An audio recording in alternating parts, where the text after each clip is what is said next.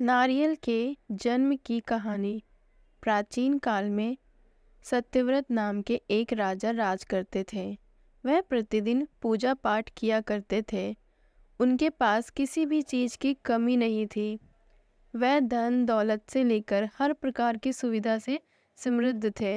हालांकि इसके बावजूद भी राजा की एक अभिलाषा थी जिसे वह पूर्ण की चाह रखते थे।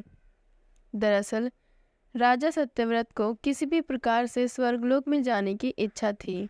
वह अपने जीवन में कम से कम एक बार स्वर्गलोक के सौंदर्य को देखना चाहते थे, लेकिन उन्हें इसका मार्ग नहीं पता था।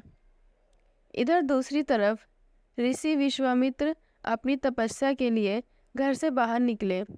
चलते चलते वह अपनी कुटिया से काफ़ी आगे चले गए थे। काफ़ी समय बीत गया, लेकिन वह नहीं लौटे। इस कारण उनका परिवार भूख और प्यास से तड़प रहा था। राजा सत्यव्रत को जब यह पता चला तो उन्होंने ऋषि विश्वामित्र के परिवार के पालन पोषण की जिम्मेदारी ले ली।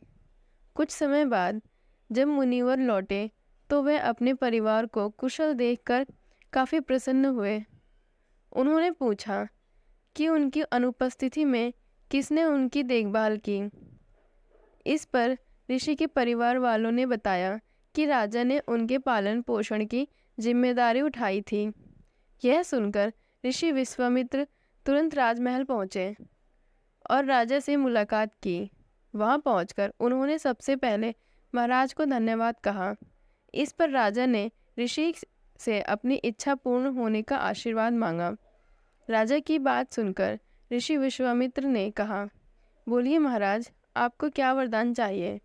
जब महाराज ने कहा, हे मुनि, मुझे इस एक बार स्वर्गलोक के दर्शन करने हैं, कृपया करके मुझे वहां जाने का वरदान दें। राजा की प्रार्थना सुनकर ऋषि विश्वामित्र ने एक ऐसा रास्ता बनाया जो स्वर्गलोक की ओर जाता था। यह देखकर राजा सत्यव्रत बहुत खुश हुए। वह तुरंत उस रास्ते पर चल पड़े और स्वर्गलोक पहुंच गए। यहाँ पहुंचते ही इंद्रदेव ने उन्हें नीचे धक्का दे दिया, जिसके कारण वो सीधे धरती पर आ गिरे।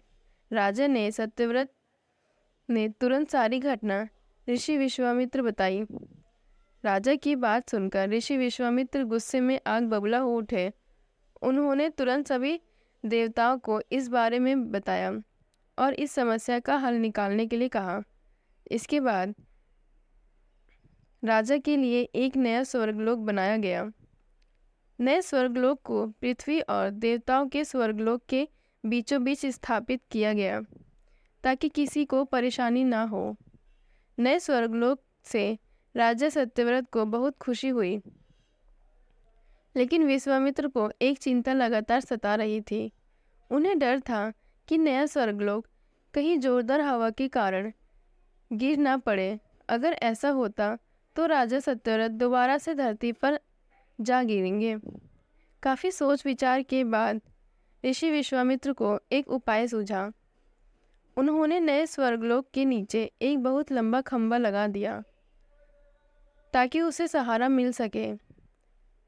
ऐसी मान्यता है कि नए स्वर्गलोक के नीचे लगाया गया खंभा एक विशाल पेड़ के तने के रूप में बदल गया।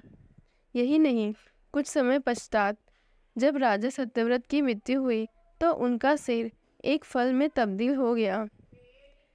सभी से इस खंभे को नारियल का पेड़ कहा जाने लगा, जबकि राजा का सिर नारियल के रूप में जाना गया।